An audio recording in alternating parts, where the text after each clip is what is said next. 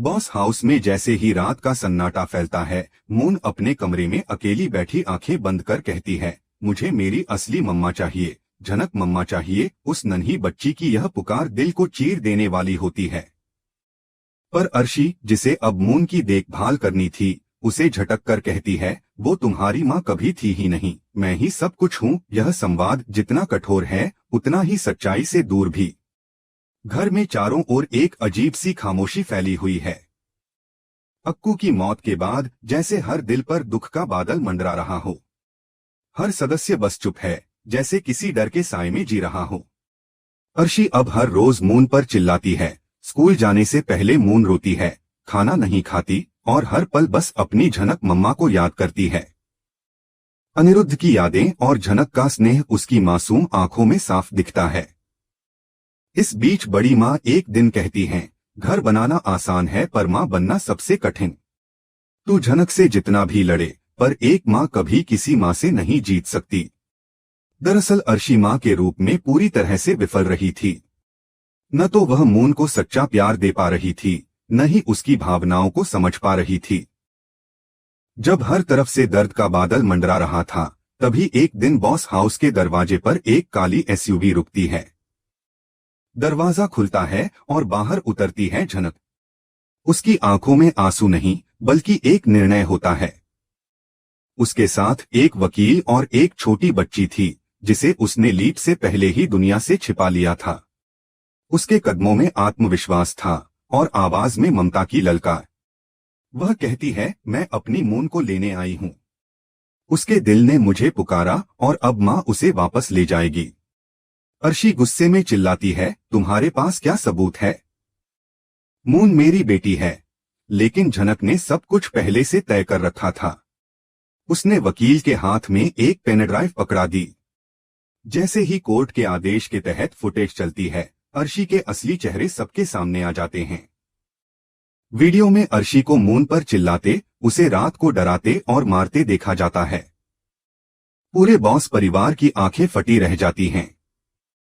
अनिरुद्ध भी यह देखकर स्तब्ध रह जाता है।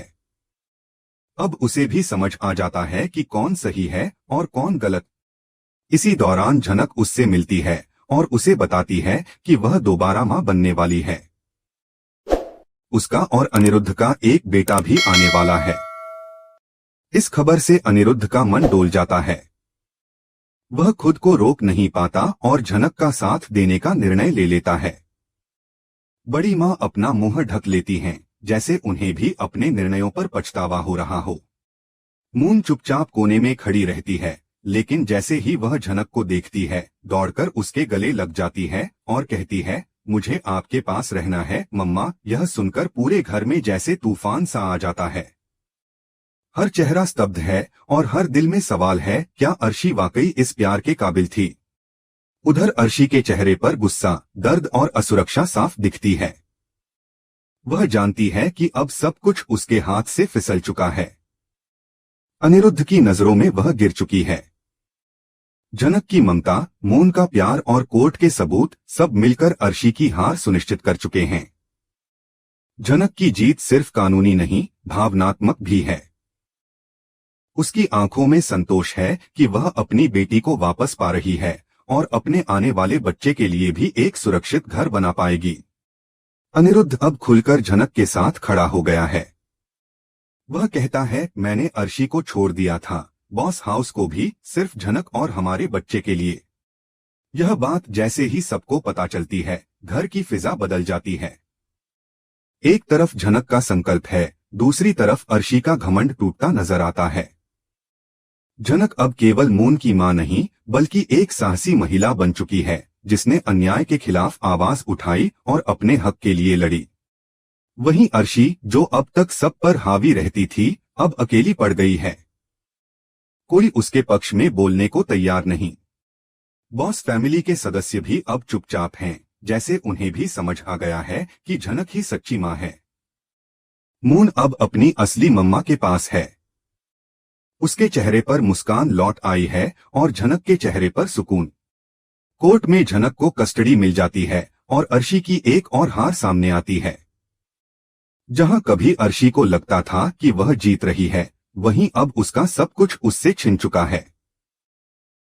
जनक की प्रेगनेंसी की खबर भी अब घर के हर कोने में गूंज रही है और हर कोई जानता है कि यह बच्चा उस महिला की गोद में जन्म लेगा जिसने जीवन की हर लड़ाई मजबूती से लड़ी है।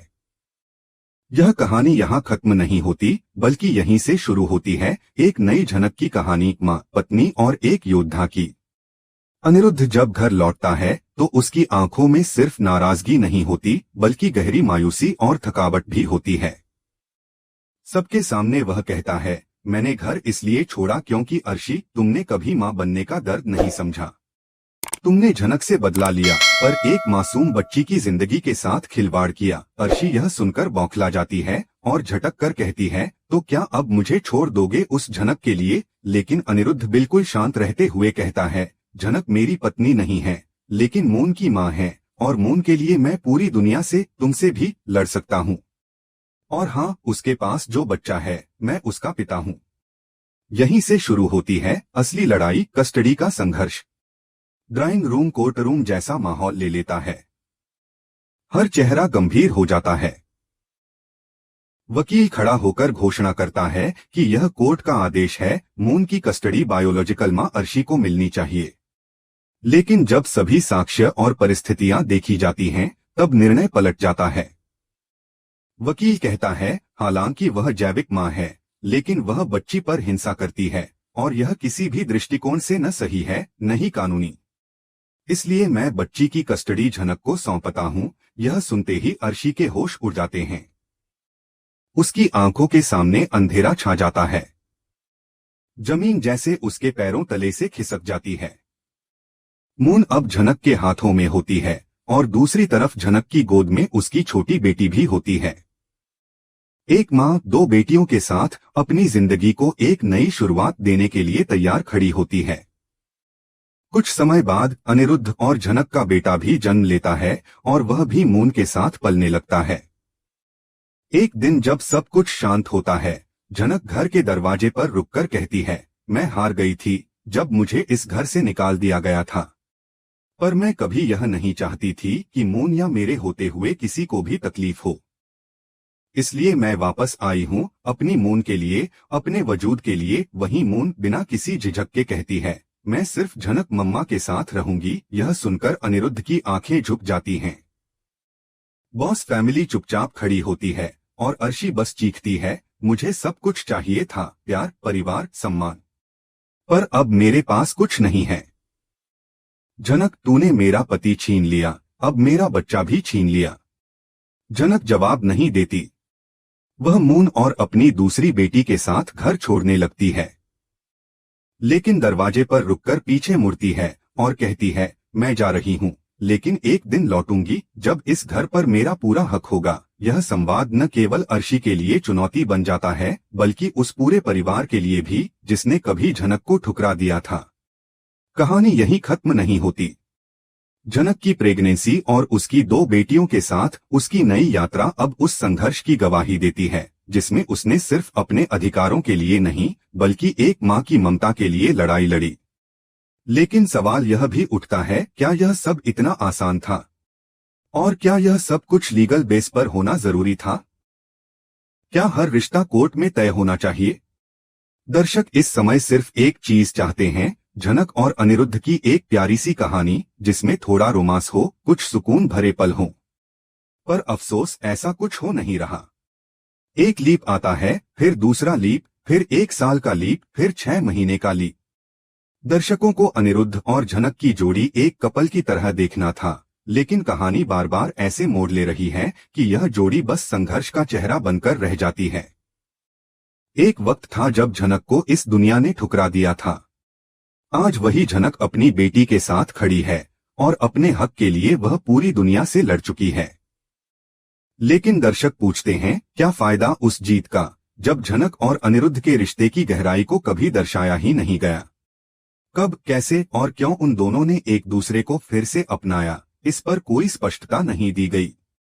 वह सारे लम्हे जो झनक और अनिरुद्ध के रिश्ते को मजबूती दे सकते थे, गायब हैं। वहीं अर्शी का पक्ष भी कमजोर नहीं है। उसने भी प्यार किया था, अपने तरीके से। और अगर उसने झूठ का सहारा लिया या कुछ गलत किया तो क्या सिर्फ इसलिए कि वह किसी से बेइंतहा प्यार करती थी? यह भी सवाल उठता है कि अनिरुद्ध ने झनक का साथ देकर क्या खुद को अच्छा साबित कर दिया और अर्शी को खलनायक बना दिया? झनक ने एक और बच्चा जन्म दिया, मून को अपने पास रखा और सारे रिश्ते की दिशा ही बदल दी। लेकिन इन बदलावों ने अर्शी की जिंदगी को पूरी तरह से बर्बाद कर दिया। आखिरकार वह भी तो एक औरत है, एक माँ है, जिसने अपना सब कुछ खो दिया, पति, बच्चा, सम्मान। और इस सब में उसकी क्या गलती थी? क्या सिर्फ इसलिए कि वह खुद को झनक से बेहतर साबित करना चाहती थी? झनक की जीत भले ही कानूनी और भावनात्मक हो, लेकिन अर्शी की हार भी उतनी ही गहरी और मार्मिक है। एक माँ की हार, एक पत्नी की हार, एक महिला की हार। झनक ने मून को वापस पा लिया, लेकिन अर्शी ने सब कुछ खो दिया। इस हार में एक औरत की कराह है, एक माँ की चीख है, जो सुनाई तो देती है, लेकिन समझी नहीं जाती। यहीं से एक नई कहानी जन्म लेती है, जहां जीत और हार के बीच सिर्फ भावनाओं की एक गहरी खाई रह जाती है।